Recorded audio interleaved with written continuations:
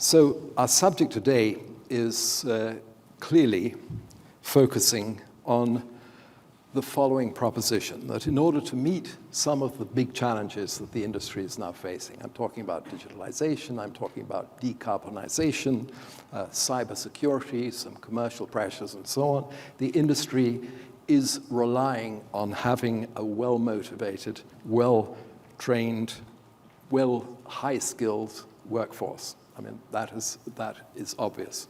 And so we're going to be discussing that proposition from a variety of different angles. An agenda will clearly touch upon the crew shortage, which the minister mentioned in his speech this morning, highlighted actually. We'll be talking about gender balance. We have the president of Worcester here, I'm delighted to say, and we're just 3 weeks on from the IMO Women in Shipping Day, which is a really important milestone and is a very strong indicator of how this issue of gender balance is now high on the industry's agenda. We'll talk about some of the issues which came up in the digitalization discussion this morning. And it was quite clear from that conversation, and I'm sure it will be clear from what John and others will tell us this afternoon, that the role of the seafarers in the unrolling of these new technologies is going to be of vital importance. So we'll look at that from a number of different angles. But I think inevitably, the starting point for any discussion in the industry about the role of the seafarers has to be the experience of the pandemic. And I think when the economic historians in 10 years' time write their analyses of the pandemic, they will identify the shipping industry as having played a very strong, crucial part in maintaining some stability in the industry going forward. And I don't think anybody in this room would disagree with that. What did the shipping industry do? It kept going. And unlike some other industries of comparable size, the airline industry did not. And there are others that did not. But shipping did, and it did as a result of the efforts of strong management, but also as a result of the major effort made by the world's seafarers. But that achievement, which provided visible indication of just how important the shipping industry is to the world logistics system, it came achieving that at a considerable cost. And that cost included, of course, operational disruption within the organizations that were running the business, but very substantially at the cost of seafarers' welfare. And so I think I'd like to start our conversation this afternoon by getting some of our panelists to talk, first of all, about the pandemic experience, and to talk also about what the lessons are that we can learn about this, what the various sovereign states that were involved in the management and regulation of crew travel and movement, where does that leave us? And I think, John, I'd like to start with you. John Platzidakis is well known, I'm sure, to this audience. The last time we met was on a stage in the Guildhall in London when we were giving him the Seatrade Lifetime Award for 2018, I think, John, was it? Anyway, John, as a ship owner, you have been through the experience of the pandemic. It's still there, and I believe there is still something like 4 or 5% of the world's crew on board beyond the expiration of their contracts. So, I mean, this is not a problem that is over, but it is certainly improving. So what does it tell us? What would you like to say about it? I think the pandemic was a worldwide problem, and we ended up there from nowhere, it was very sudden for everybody, and nobody could imagine the expansion of that pandemic when it started, reportedly in China. As you said, Chris, shipping did perform within the pandemic, and I think this is an achievement, certainly of the shipping companies, but more so of the seamen themselves. Because I would say that the shipping companies, almost all, if not all, did their best to address the problem, but at the end of the day, it was the seamen that faced it. I think the pandemic has proved to be a complete failure of the world society to appreciate what shipping is giving us. What is not only in terms of numbers that it carries, for example, 90% of the world trade, etc., but also how much it contributes to the very living standards of every one of us. We didn't manage, as a society now I'm talking about, and governments, we didn't manage to understand for all these years what is the value of shipping when we go and buy a TV set or another consumer product. And I think during the pandemic, the governments mostly and the regulators failed to address it. What was very upsetting, it was to read statements here and there, very sporadic ones, but just statements without any meaning. I mean, I heard from a very senior person in the shipping industry that we sympathize with our seamen. All right, thank you very much, but the problem is that we needed a solution. It didn't come. It was very upsetting. Even certain countries were rejecting their own seamen to go back home. Reportedly, there was a dead seaman on board a Greek-owned ship for 7 months. And the ship was moving and sailing from one port to another, but the port authorities were not there to take the body out. So certainly, I think it has proved to be a success story of the shipping industry and a big failure of the societies, of the governments and the regulators to address it. Thank you very much, John. Andreas, as Group Chief Commercial Officer and Managing Director of Columbia Shipmanagement, as a major ship management company, I mean, you were right at the forefront of facing this problem. Well, exactly. First of all, thank you for the invitation to address and participate in the panel. And very well said, John. I think the introduction of John is a common belief of everybody who is really in shipping. The seafarers have not been treated in the way they should, and this goes down to each country, each port captain, and so on. But I would like really to concentrate on the positive things. Because of the pandemic, we managed to keep the ships running, all of us, not only one company, but all of us. The seafarers, yes, they had cases where we had to keep people on board for a longer period of time, but this was also common really in our society, where we had to stay at home for a longer period and so on. It's been a challenge. We were faced in a situation at the beginning that the one crew change was actually a nightmare. It was impossible to do a crew change, and we had multiple cases that a crew change would be planned in the normal way and according to the rule of the port and the airport at the time of planning the crew change. But within 1 or 2 days, by the time the crew change would take place, the rule changed. So we all suffered losses in terms of cost, but the main thing, it was the problems caused to the seafarers for the ongoing situation, which affected the individual seafarer quite badly. Through this process, however, we have learned, all of us as an industry, to respect the seafarers more. We have all initiated a process where the seafarers are being treated in a better way than before. As an example, a few years back, internet was, for some operators, a no-go. Some of the companies would not really facilitated, encourage internet on board. Whereas now it's a standard. It's been expected by the seafarers that they have internet and they have a free internet as well on board.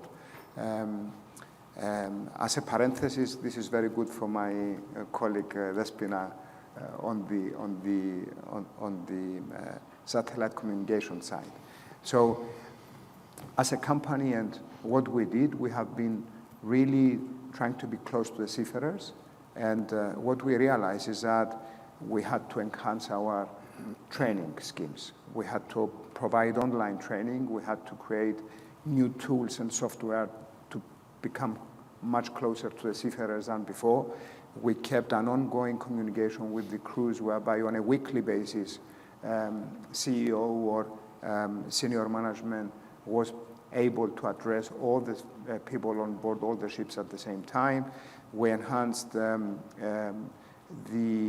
care in terms of health for the seafarers. We provided insurance schemes. We provided mental health support through their WhatsApp applications and many other measures to make sure that the seafarers, in terms of their well-being, were taken care as best as possible.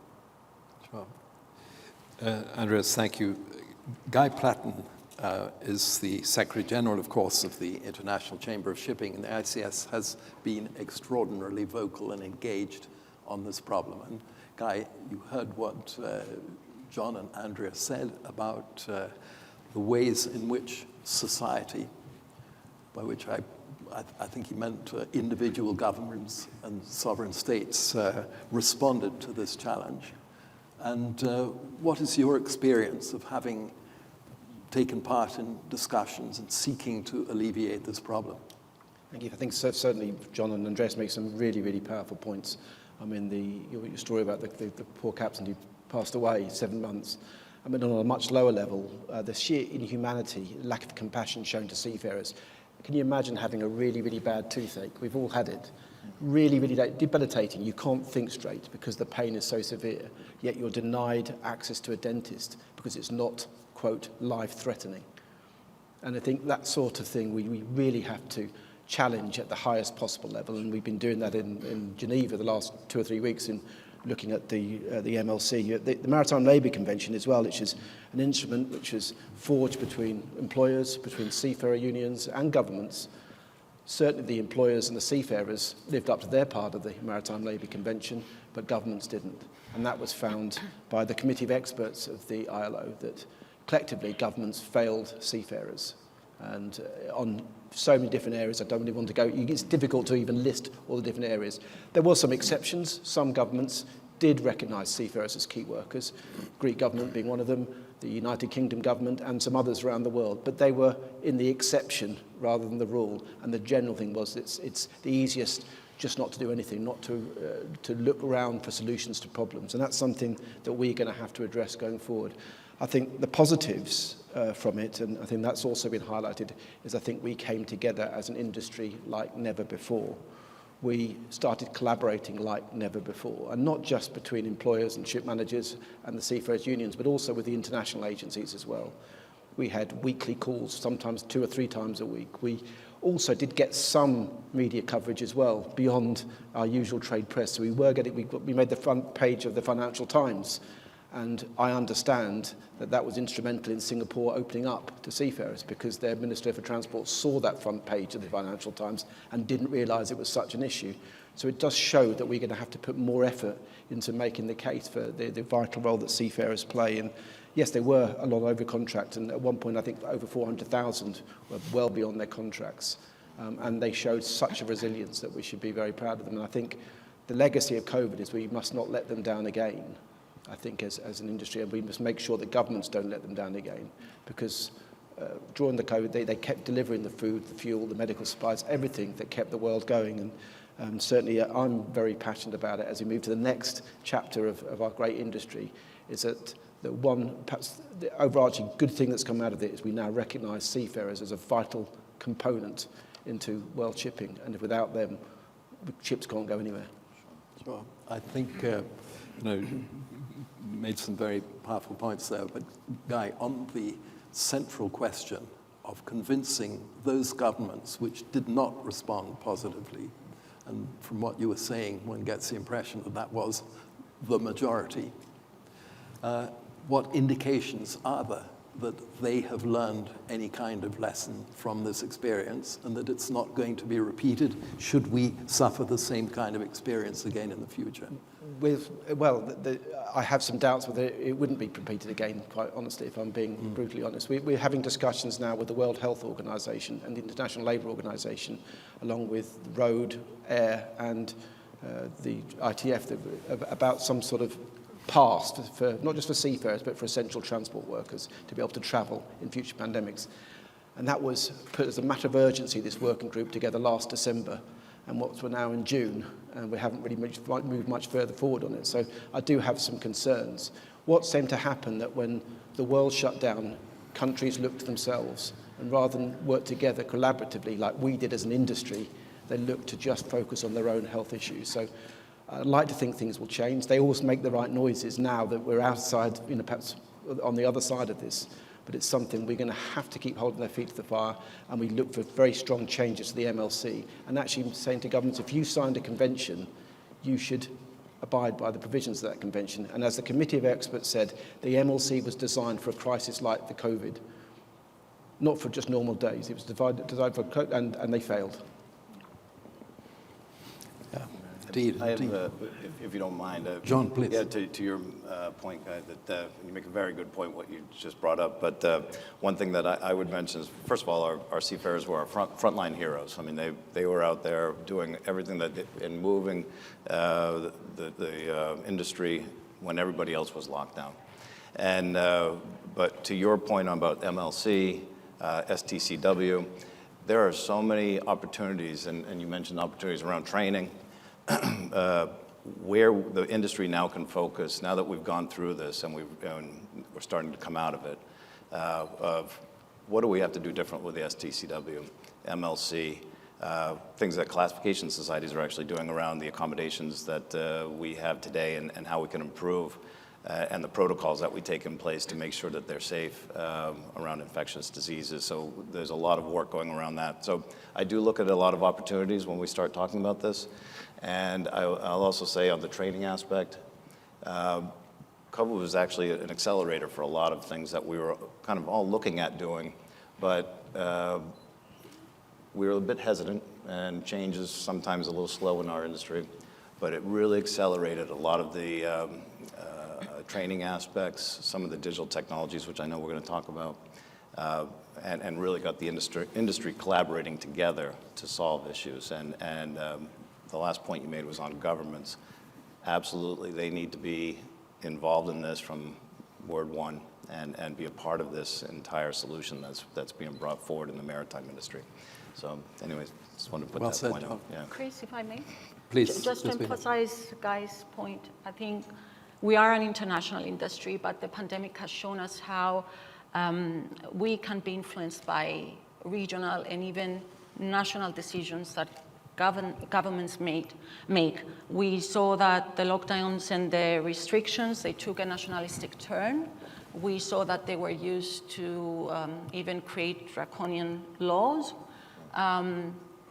We saw seafarers being impacted by that, and unfortunately, we saw that in some countries, seafarers are still seen like second-grade citizens. Their rights can easily be trodden on, and I think as an industry, we should never allow this to happen again. Sure. Absolutely. And to Guy's point earlier on about the general media coverage of the maritime industry in general and the role of seafarers in particular, I think there was a small silver lining. As you say, the Financial Times and other general media did pick up on this story and with sympathetic coverage. I think if you go back 8, 10 years, whatever it was, to the Somali crisis, when 8, sometimes 100, 900 seafarers were being held hostage under very uncomfortable circumstances and in extreme danger in Somalia as a result of the kidnaps.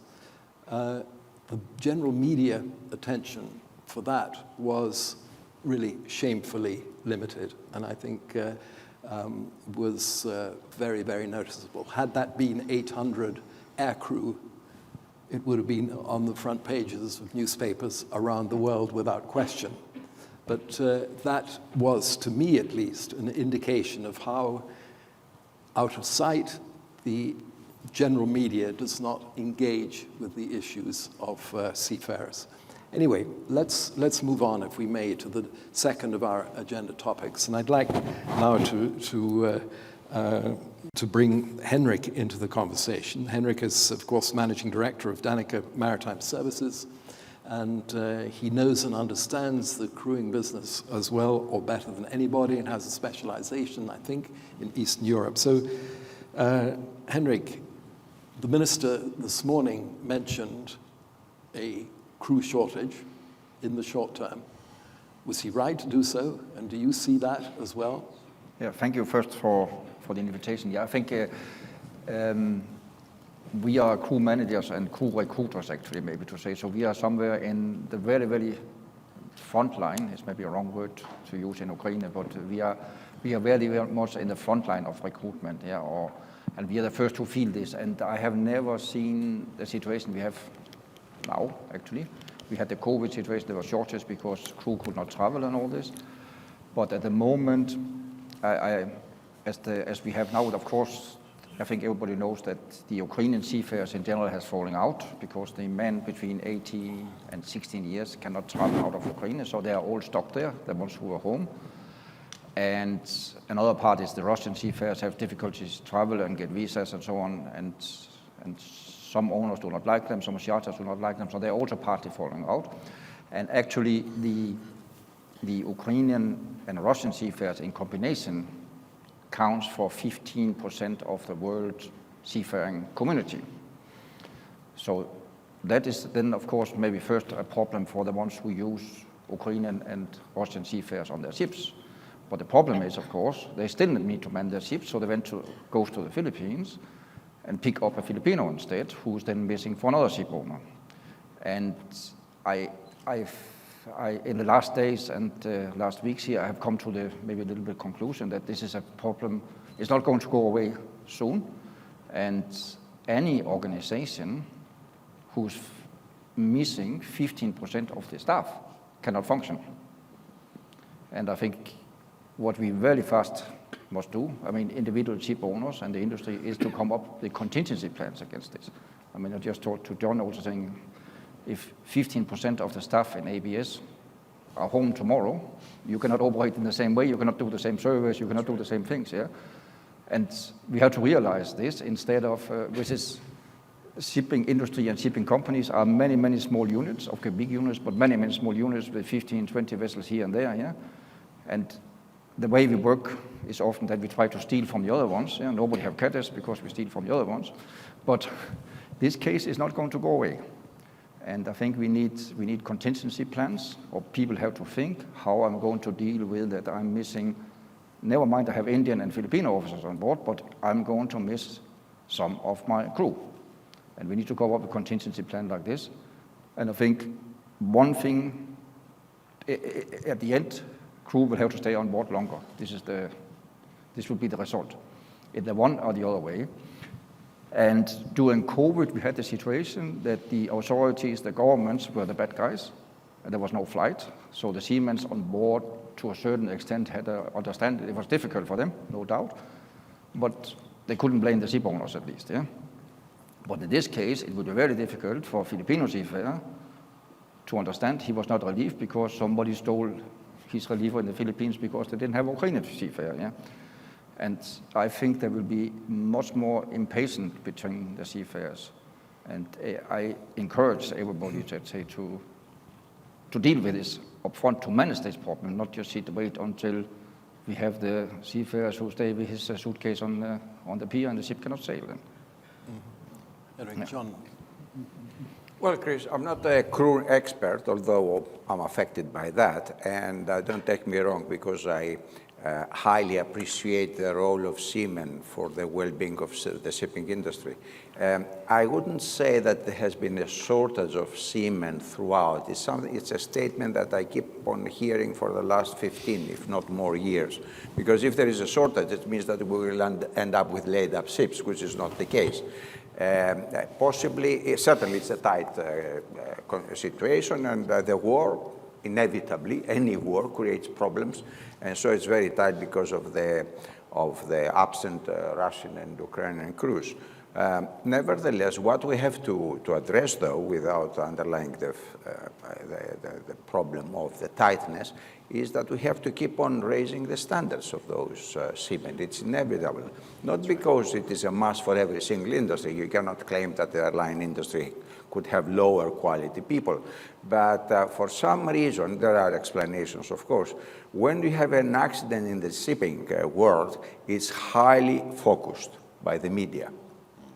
If there is a crash of an aeroplane, although it's on the papers for a day or two, it goes away. They wait for a report, an accident report, to be produced some 2 years later. In shipping, it's different, and I think this is the reason being that we don't have managed over the years to explain to the public what it is about. They don't know that there are about 100,000 ships in the water, carrying very efficiently the world trade. So they focus on one little accident.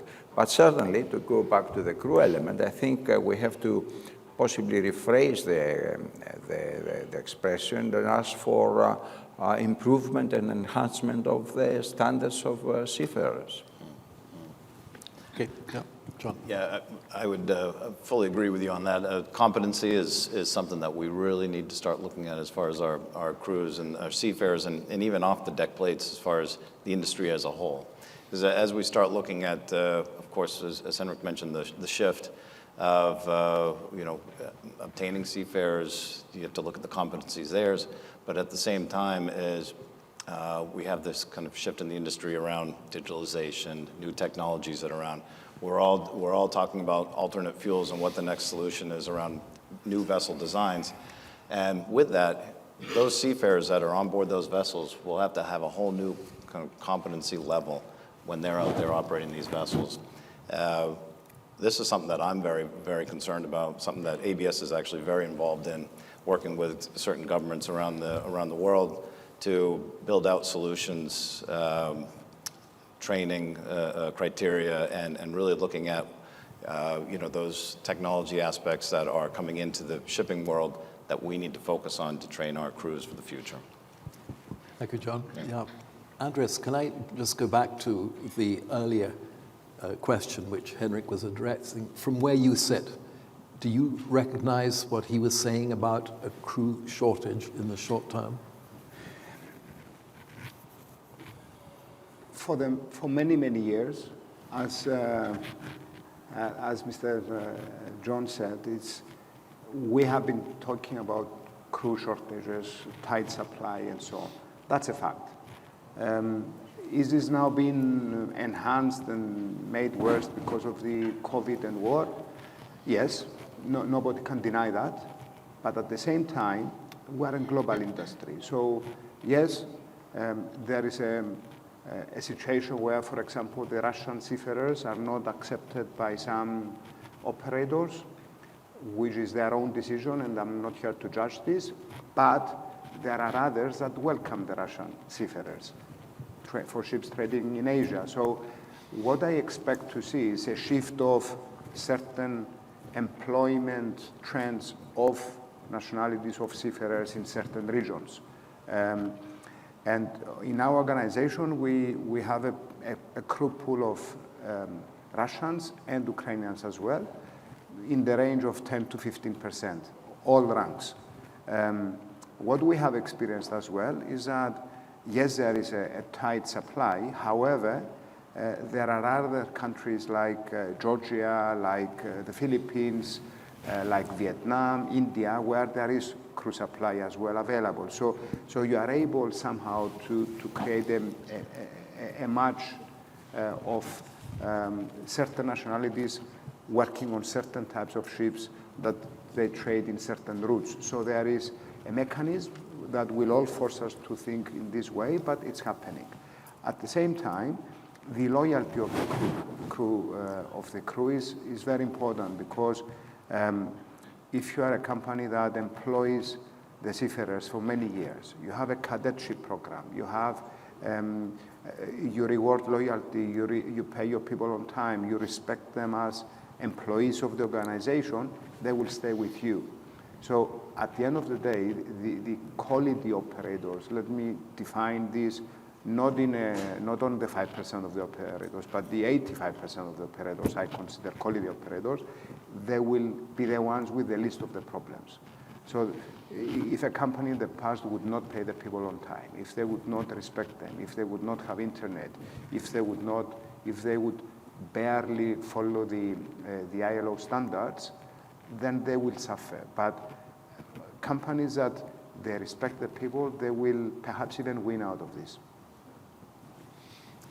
Okay, Henrik, you wanted to respond. Yeah, of course this crew shortage to a certain extent will be picked up by other nationalities, but it's a little bit technically maybe, but because when the war broke out in Ukraine in February, a very small part of the Ukrainians wanted to go home to join but the main part of the Ukrainians said, I will stay on board, I don't want to go home, this is too risky, and they continued on board. And actually the same situation for the Russians a bit. They were afraid there will be a general mobilization in Russia, so they stayed on board also. And then we have now crew who joined maybe October last year. They have been on board for 8-9 months now, and the ones in February also for the 4 or 5 months. And there comes a bubble, so to say, of people who want to go home.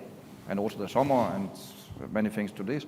And another thing for the Ukrainians also, which consists of the 5% of the world supply of seafarers, is that in the meantime their families moved out of Ukraine. The 7 million who came to Europe is of course also Ukraine seafarers, and they want to go home and settle with their families now. So we see it's like a little bit like a explosion in demand for crew, because there is a backlog of relief for all the Ukrainian Russians for many months when they hope that the situation will be solved fast.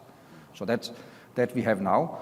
The positive thing is maybe the Ukrainians coming home and the Russians coming home now, they will come back again in September. So somehow it will not be the 15% missing at the end, of course, but there are some technicalities below these shortages which will affect us, I think.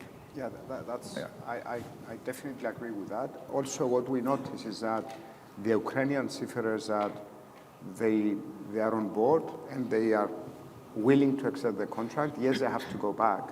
Then they have to go, not really, most of them prefer not to go back to Ukraine. They go in neighboring countries, and that's an effect. They're going to have a shorter leave period. So they will be available to go back on board in a short period of time. So that's a positive effect. It's a balancing effect altogether.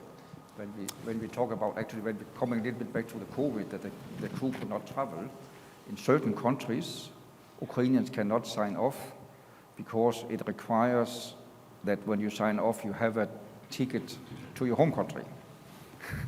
And you cannot send them to Romania, it's not their home country, so they cannot sign off, I mean, this is yeah. Okay, let's shift the discussion a little bit. I'd like to bring in Despina into the conversation. I mean, we talk about a shortage of crew, and the importance of competence. Is one solution to recruit more women at sea. And please, we talked earlier on about the International Women in Shipping Day, which the IMO sponsored. Tell us a little bit about where Worcester sees this process heading.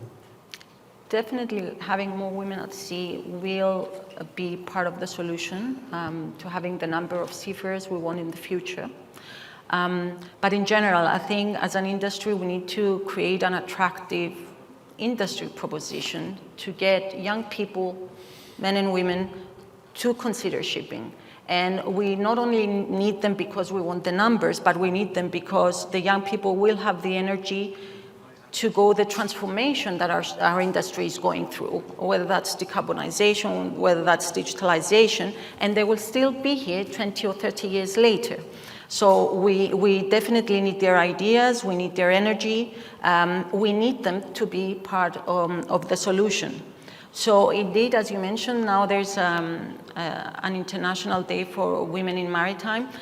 as WISTA, we think that's great. That's a great recognition, but it should not just remain a day where we just celebrate women. It should be a day where the industry, we check ourselves every year to see where we are in terms of the integration and the inclusion of women in the industry.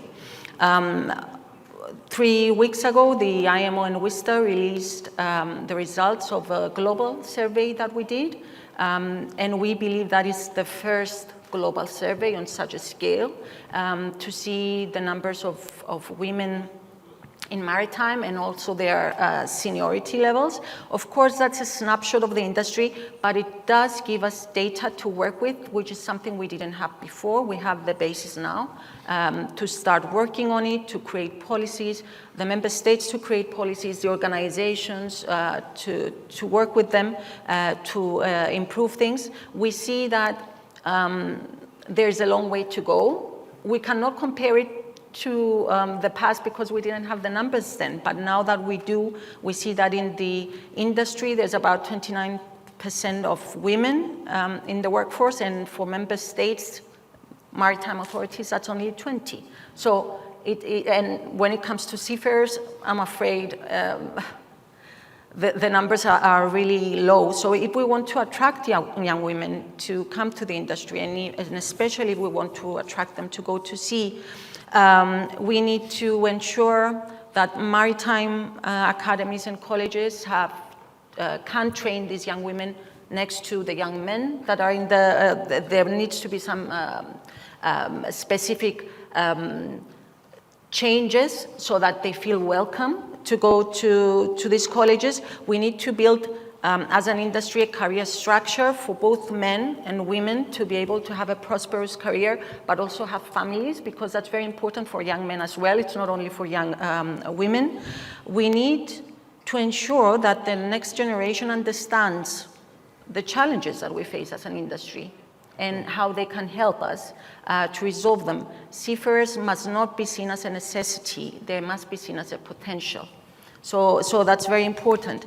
And I think what's also very important for all young people joining us, but especially for young women, is to see that if they join the industry at sea, if and when they decide to come ashore, there are many opportunities for them having that experience at sea. So I think there are many things we need to do, and I'm very optimistic because at least now we have the basis to start from. Absolutely. I draw everybody's attention to the Slido chart, which gives a snapshot of what this audience believes is the progress so far achieved, and it looks as though 2 to 3 Can out of 10. I make a comment on that? Yeah, please do. Please. It's very interesting to see how low the audience feels that is. But I have to say, we should not be seeing it as a uniform situation. Different countries, different regions have different situations, and really that's based on societal and pressures as well. It's based on traditions. So WISTA is an international organization, and we can see that very clearly how different things are in different regions, and that's why we always aim to work both regionally, but also with other international organizations to see what we can do to help women in all regions. And sometimes there's not a uniform solution to it. Sure, absolutely. Guy, most of the times. I think dispute rates, I was just watching that as well. It's pretty damning indictment of how far we've gone, if that really is the true picture. I'm hoping it is slightly different to that. I mean, we've been working hard with on Diversity Toolkit, which I know Despina has been part of, and others as well, to try and encourage companies to sign up to various ideals in terms of how they recruit women and how they make a more diverse workforce, and that will be launched in a couple of months' time, and I would encourage companies to take that up, and you sort of declare yourself a sort of champion of diversity and actually live those ideals as well. I mean, I've got a daughter who's at sea. There's one of my colleagues is in the audience. She's a seafarer as well. So the things have moved on, but they need to go a lot further. We need to somehow make sure that we're not seen as a macho industry, that somehow that is open to all, and that's the way we recruit people, and I'd be interested to hear how Henrik does that as well. Yeah. How do you actually make it attractive to women? And it needs to start at school as well. I mean, we did some survey workers, certainly in the UK, when I worked for the UK Chamber, we did some work here, and we spoke to a lot of female cadets, and we said, you know, the barriers, and we talked with the normal barriers, but they said one of the biggest barriers was the age of 14, where people have to choose their specialist subjects to study to 16 and 18, and they don't want to take the science subjects. They want to take other subjects, and that immediately you carve out a whole cohort of people who otherwise been at sea. So I think in attracting a much more diverse workforce, we have to start much, much earlier as well, and also present the industry as an inclusive one, one which will nurture and develop people. Sure, absolutely. Thank you, Guy. Henrik. For the female cadets, we see an increased, interest or demand for it. There's not enough female students to fulfill the demand at the moment. So that's a positive way of thinking this way.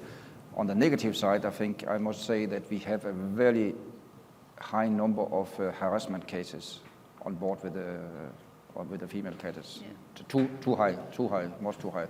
There are many more. There are some high-profile cases in the press, but there are many small cases, and that really has to be dealt with from the companies warming up the male seafarers. What is coming on board? I think this is a point we need to work on. Absolutely.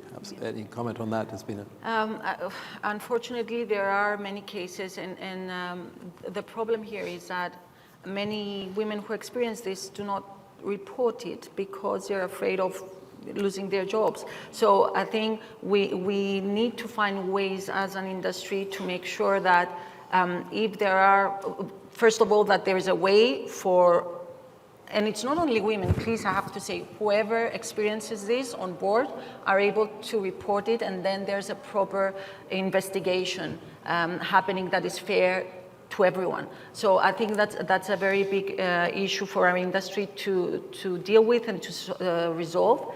But if I also may just add, on a different note, I spoke about how different the industry is across regions, but it's also very different in itself. We talk about shipping as if it's one, but there are many industries underneath. So according to our research and the report we made, I have to say that even though there is this belief that ship-owning companies don't do enough, they actually scored quite high in relation to other sectors of our industry, like bunkering, like offshore. So again, the parts of the industry that are doing something about it, I think they should be encouraged, and we should work with them. And those that are not faring so well, again, we need to find a solution that is specific to their industry. Okay, very good. We have about 20-25 minutes left of our allotted time.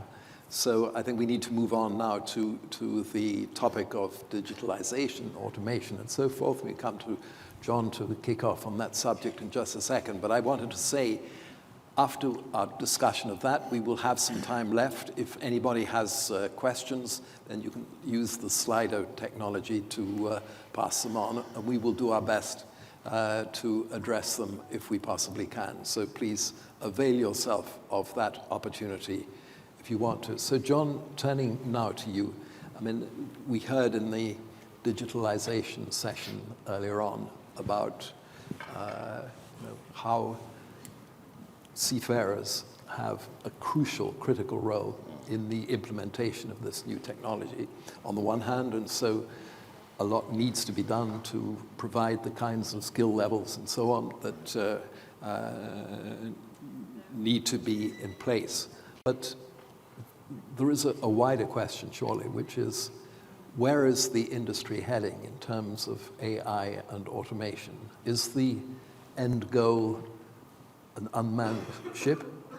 And if so, how do you square that with, the opportunities of a seagoing career in the future? Sure. So establish and give us some sense of the direction of travel. Okay. A few pieces to that one. So let me start off with the people first. And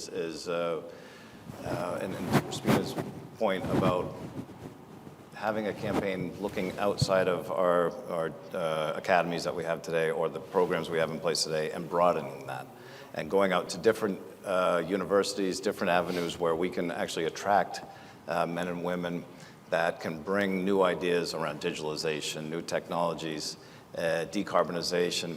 At ABS, for example, we're partnering with a couple of major universities to actually broaden our scope of that talent pool, if you will, because we know that digitalization is coming, and right now we just don't see that kind of jump from the standard kind of training that's going on today, even at maritime academies that I see kind of globally. That hasn't moved forward at the pace that we need to. What I would say to that is something that we're doing is looking at, because we most certainly see digitalization driving a lot of the industry going forward. ABS itself has what we're calling digital class to use the technologies that's out there today. But there's simulation and design. There's the fleet optimization software that's being used today. So more and more the fleets, the vessels, they're relying much more on the technology that's out there today, the AI, as you mentioned, and a lot of the machine learning, the natural language processing that's out there to help us understand the way to operate the fleets more efficiently, optimizing so that we reduce our fuel and CO2 emissions, and that drives to a different competency out there in the workforce. And then another point you made, which is very interesting, is when you have seafarers that are coming up and they're looking for a career path, is how do we accelerate that training, set a career path for them? Because as we all know, the younger generation, they want to know their path through life a lot of times. Is where's that training that brings them from the vessel to the shore and to grow into our new technical directors, owners, managers of organizations. So a big focus there from our side on that. One great example is with the MPA in Singapore. We were actually working together with them on a major training center that is going to do just that, talk about not the systems that are there today, but the systems of tomorrow, and then bridging that gap going from the vessel to what a technical director looks like. And that's not just for Singaporeans, that's for it's a global center that ABS is very much involved in. One bit of the question, John, I just come back to is the question of automation and its application. What is the ultimate goal so far as that is concerned? So are we going to get to... On what time scale? Yeah, are we going to get to an autonomous vessel? I don't think so. I think we'll get to maybe a minimally manned vessel, if you will. We actually just ran an autonomous LNG carrier from Korea to the west coast of the U.S. With a project with HHI. And there again, we had the full crew on, but we were running a lot of that new technology to basically show that some form of autonomy can be done. And you're using all the technology we have out there today around autonomy, the AIS systems, weather and buoy data so that you know the currents, and you can actually start setting that vessel on a safe voyage and optimizing that route at the same time with a minimal crew. Okay, thank you very much. Despina, this is your area of expertise as well. Well, I also think we're very far from having unmanned ships. We do see trials in coastal waters, and that's much easier than being in the deep sea, and there's no legal framework yet, so we're very far away from that. But what I would like to say is that, especially for shipping, technology is not the end game. Technology and digitalization is the way to achieve our goals, to achieve a more efficient shipping industry. And this is how we should look at it. Technology is there to help us. And we have seen the pandemic accelerate the industry's views on technology. We have seen it change its views on, for example, connectivity was mentioned before, how much is needed for us to have all these applications on board, to have the digital solutions on board. But we also see many shipping companies now utilize these technologies, like Columbia Shipmanagement, for example. And that's very important because they show the way also to smaller companies that may be a little bit apprehensive about using it on what they can do. And of course, smaller companies may go for smaller scale technologies, smaller scale deployment, but it's still there for them. What I would like to mention, though, as we are speaking about seafarers and the human element, we need to make sure that we train our seafarers when it comes to technology. Things are changing. STCW is outdated. It's not written with modern technology in mind. So there needs to be a change there. Large shipping companies do train their staff, but even if the training is good, and it's mostly good, it's not based on an international standard. So as an industry, we need to find a solution for this. Perhaps we should look at it like the ECDIS, where seafarers are trained on the basic principles, and then they have training on the specific brands, let's say. So we should really start looking at it more holistically. And just to end my point, we should not be afraid of digital solutions as an industry. Data systems will succeed if they're easy and intuitive to use. We don't need seafarers or the people at the office to write code. We want them to be able to use the systems, and the systems need to be fit for purpose, and also people using them must know their limitations. Okay, thank you very much. Guy, I just wanted to say, I agree with everything that's been said. We also must guard against making things too complicated for the seafarer, for the human element, to the extent that it actually increases their workload rather than reduces it, because if you can get too much information coming into you, it's difficult to process and make the right decisions. And we've probably all been on bridges of ships where multiple alarms are going off, and it's actually hard to know which alarm is which alarm and where to focus your efforts in trying to deal with the situation. So I think there's so much potential with digitalization and more automation, but let's always bear in mind the human factor has been the point that Despina was making in terms of training and how we use it. Yeah.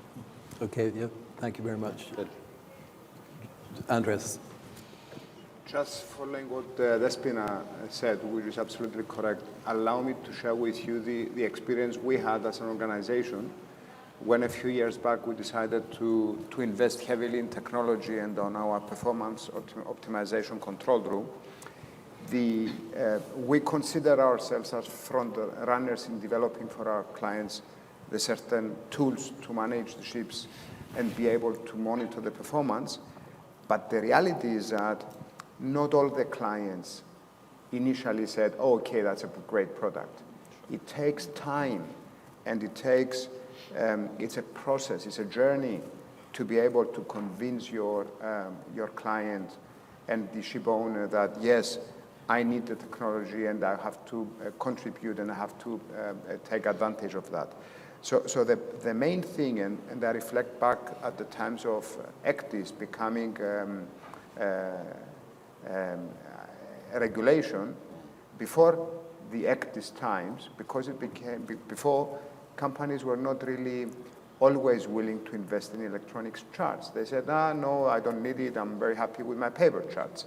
And then it became regulation, and then everybody was willing to do that.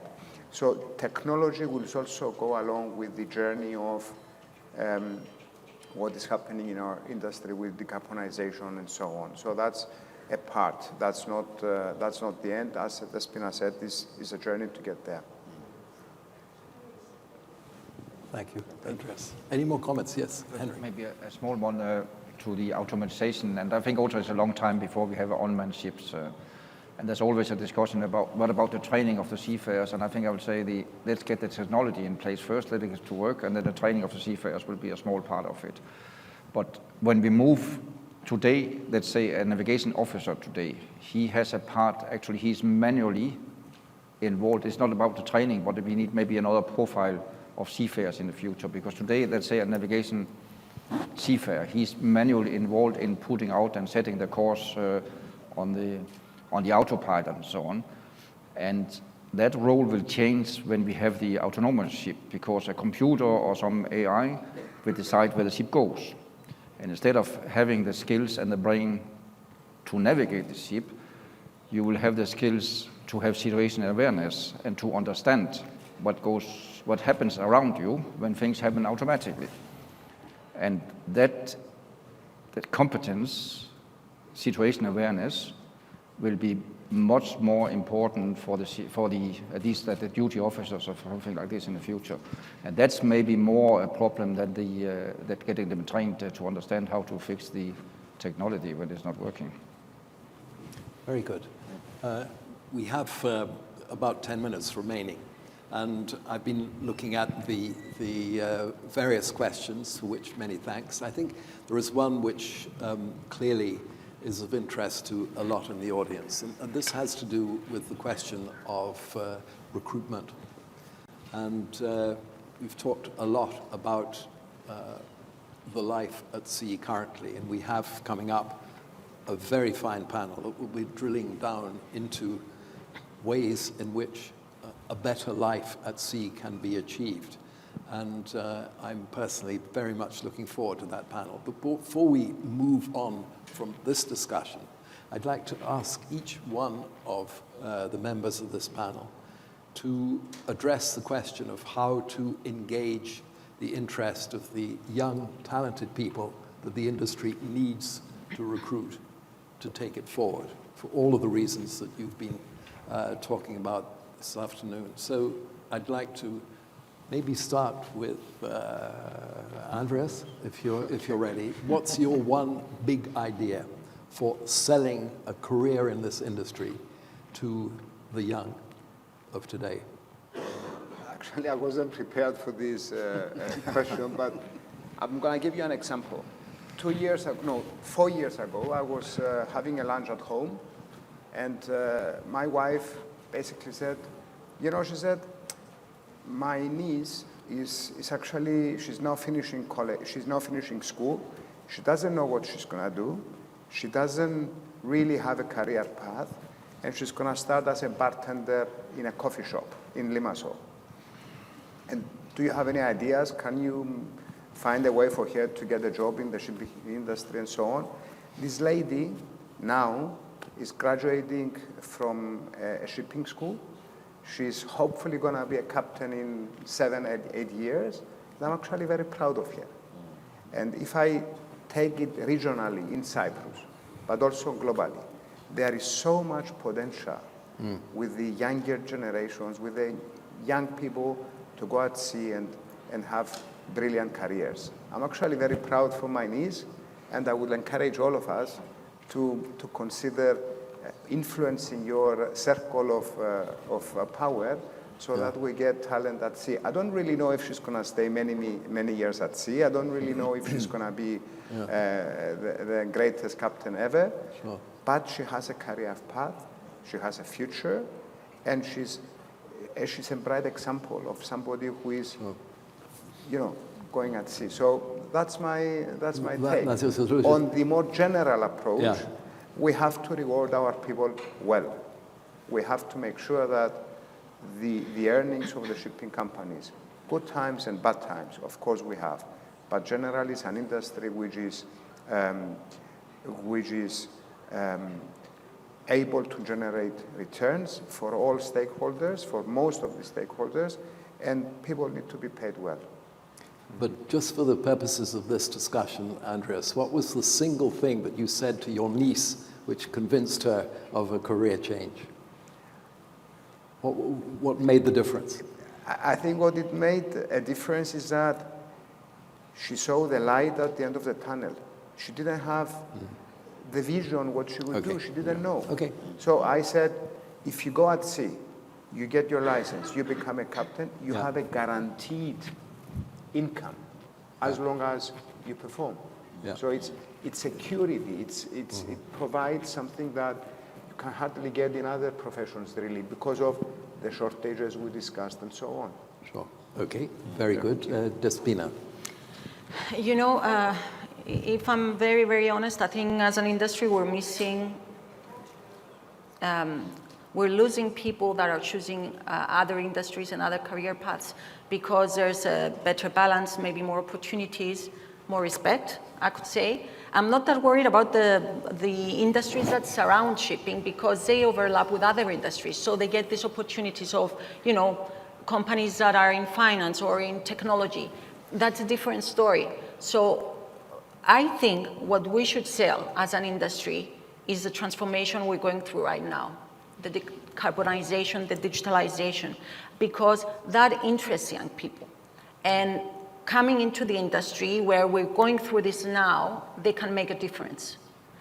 So as an industry, I understand that we are going through an image crisis because of what happened with our seafarers the last few years, but I think as an industry we should share a positive message that things are changing and we need young people to come and help us do it.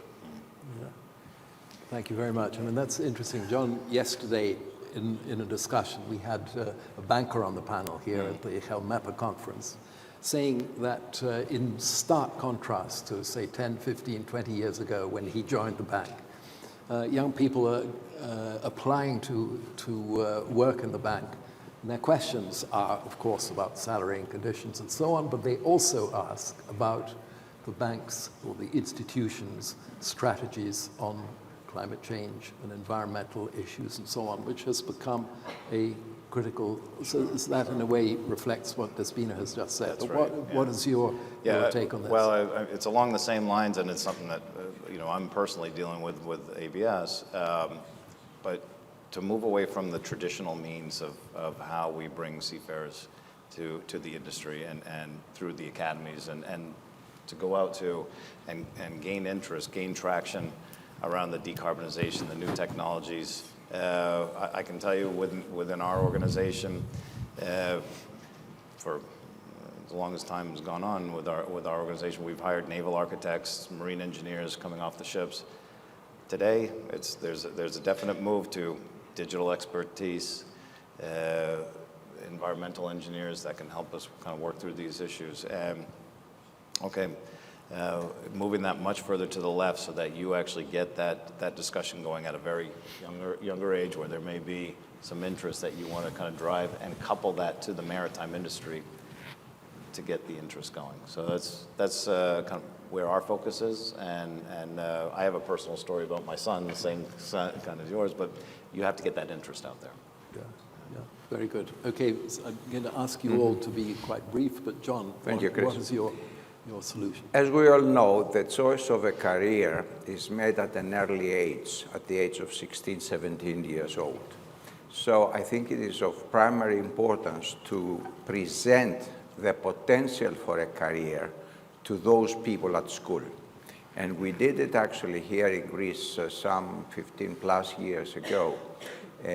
We were producing through the Chamber of Shipping and the Union of Greek Ship Owners a very comprehensive 4-page document with full description of what it was about. Remuneration, how you get into the academy, what you need to graduate, the time at the sea, the progression from one rank to another. It was hugely comprehensive, and we were sending a piece of that to every single student, to all schools in Greece, without any hesitation.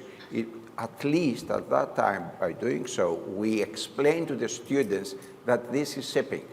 And although Greece is a maritime nation, you will be surprised how shallow the understanding of the community is about shipping per se, and also about the potential of going to the sea, unless you go to some traditional small Greek islands. So at least by doing that, we explain to the student, give it a thought.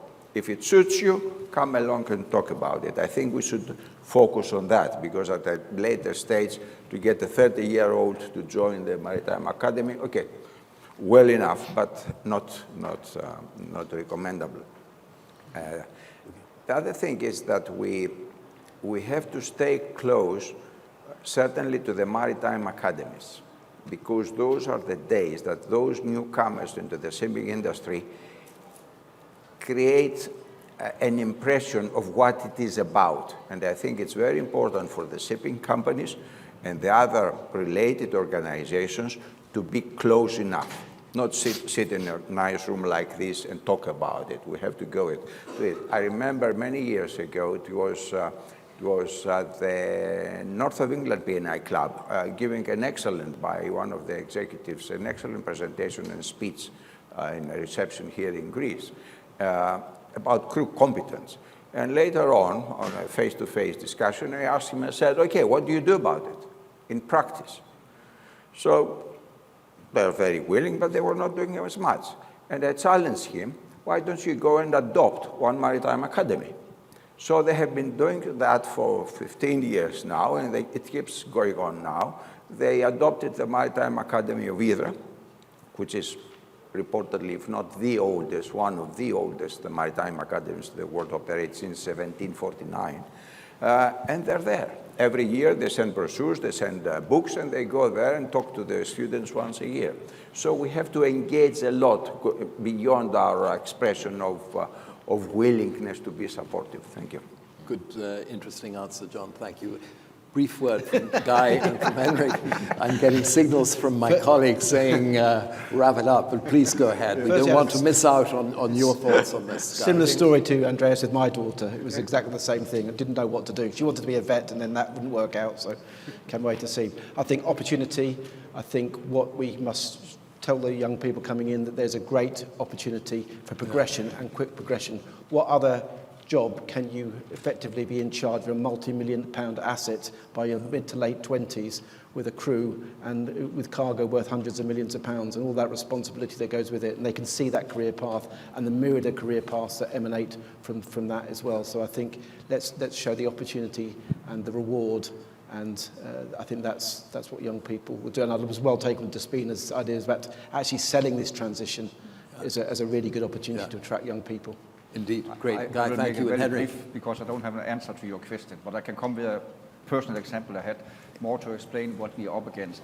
So I live in Germany, and some years back, 4 or 5 years back, when my daughter was in the 8th grade, and they have to make decision about what profession they want to go in, on direction they want to go in. The school spent quite a lot of time on this, and they invited companies to come. And in Germany, all the big engineering companies came. Siemens came, 2-day sessions with Siemens. They give them some things to build robots, and they had it with the computers, and they had to build something that take a bottle of water, pour it into a glass, and all the children are sitting there. And when all finished, they're saying, do you like this? They say, yeah, we like this very much. Okay, come to work for Siemens. We pay your education. We pay you good salaries and engineers. And these are the things we are up against. And there was nothing about the shipping industry. No shipping companies involved. So that I think that the point is that the future, there's a fewer young people. Sure. There's a huge competition, and we are against IT industry, big engineering companies and so on. And we have a problem there. Very good. Henrik and everybody, thank you very much for those answers, which set up, I think, the platform for the next discussion really well. We're going to hear a lot more about education and training and a wide range of other issues, and what I think will be an absolutely fascinating program. So don't go away. It's coming up very shortly. But before we break up from this panel, I'd like to say a big thank you to Andreas, to Despina, to John again, and Guy and Henrik for a really interesting and enjoyable afternoon. So please join me. Thank you for having us.